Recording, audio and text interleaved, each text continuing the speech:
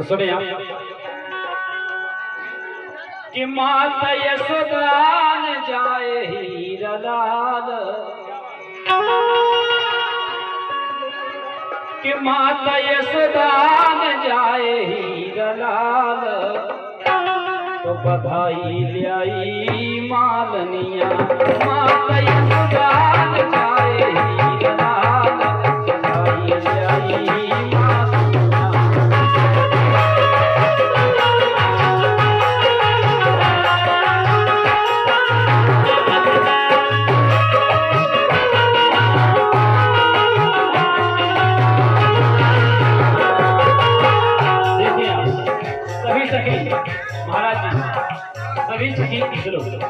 बधाई लेकर के माता यशोदा के यहाँ जाने लगी कि माता यशोदा न जाए हीरा लाल, कि माता यशोदा न जाए हीरा लाल, बधाई ल्याई मालनिया माता यशोदा न जाए हीरा लाल, बधाई ल्याई मालनिया।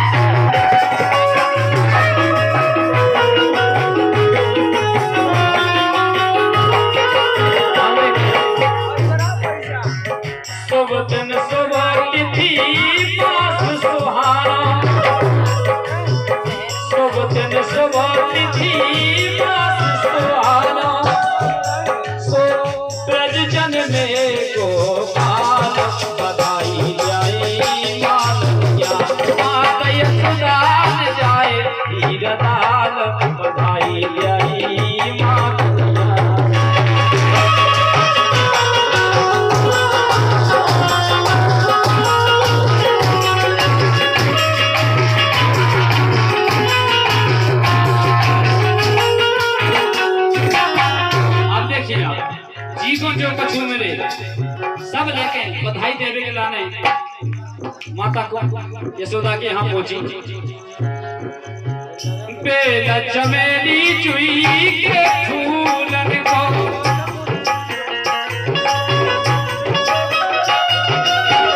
बेला चमेली चुई के फूलन को, ल्याई बना के हार,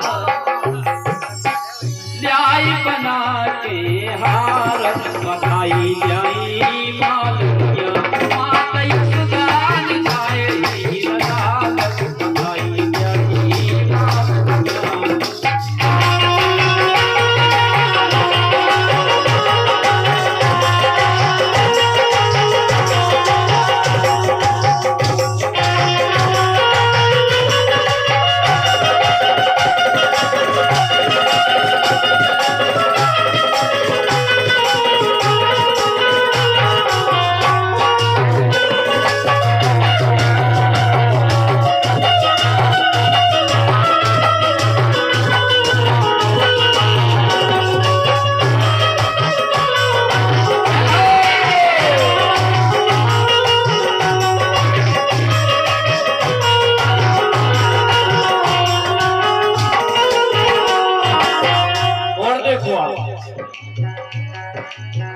अगर तगर मले आगिरी चंदन,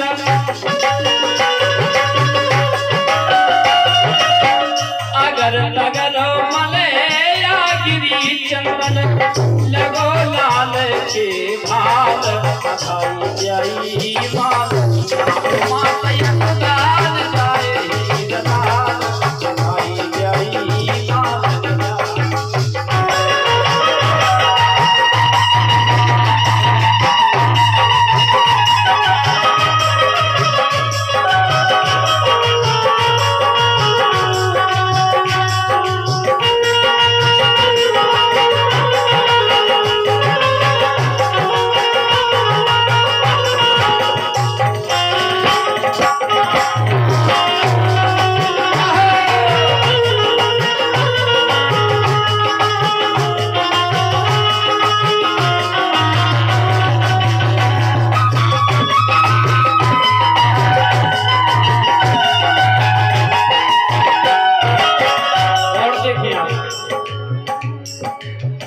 भाव आनंद आज परमानंद,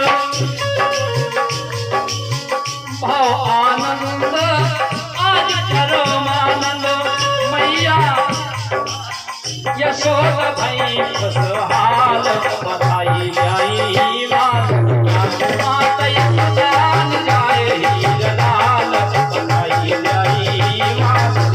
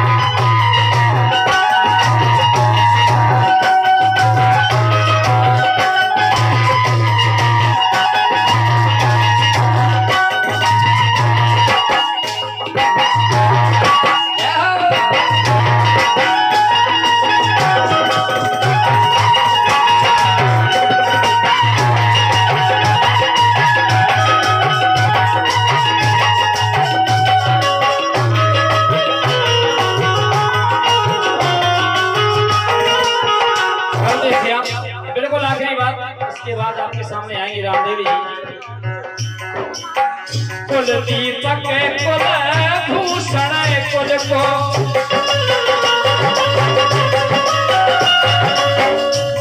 अरे कुल दीपक कुल भूषण कुल में जन्मे हीरा लाल, जन्मे हीरा लाल,